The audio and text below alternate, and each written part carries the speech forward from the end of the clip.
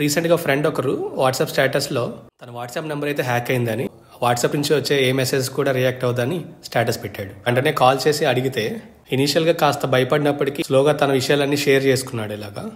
So రీసెంట్గా ఇన్స్టాగ్రామ్లో ఒక రీల్ చూసి ఆ రీల్లో లోన్స్ ఇస్తున్నారని చెప్పి లోన్ యాప్ని అయితే ఇన్స్టాల్ చేసుకున్నాడు.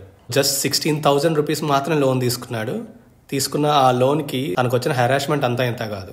2-3 ఇన్స్టాల్మెంట్స్ పే చేసిన తర్వాత కూడా మిగతా అమౌంట్ త్వరగా పే చేసేమని ఆ స్కామర్స్ బెదిరిస్తూ కాల్స్ చేసేవారు.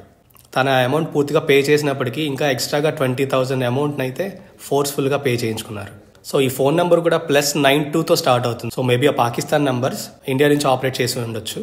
తను చేసిన తప్పల్లా జస్ట్ తెలియని లింక్తో యాప్ ఇన్స్టాల్ చేసుకొని ఫోన్లో ఉన్న కాంటాక్ట్ యాక్సెస్ అంతా వాళ్ళకి ఇచ్చాడు.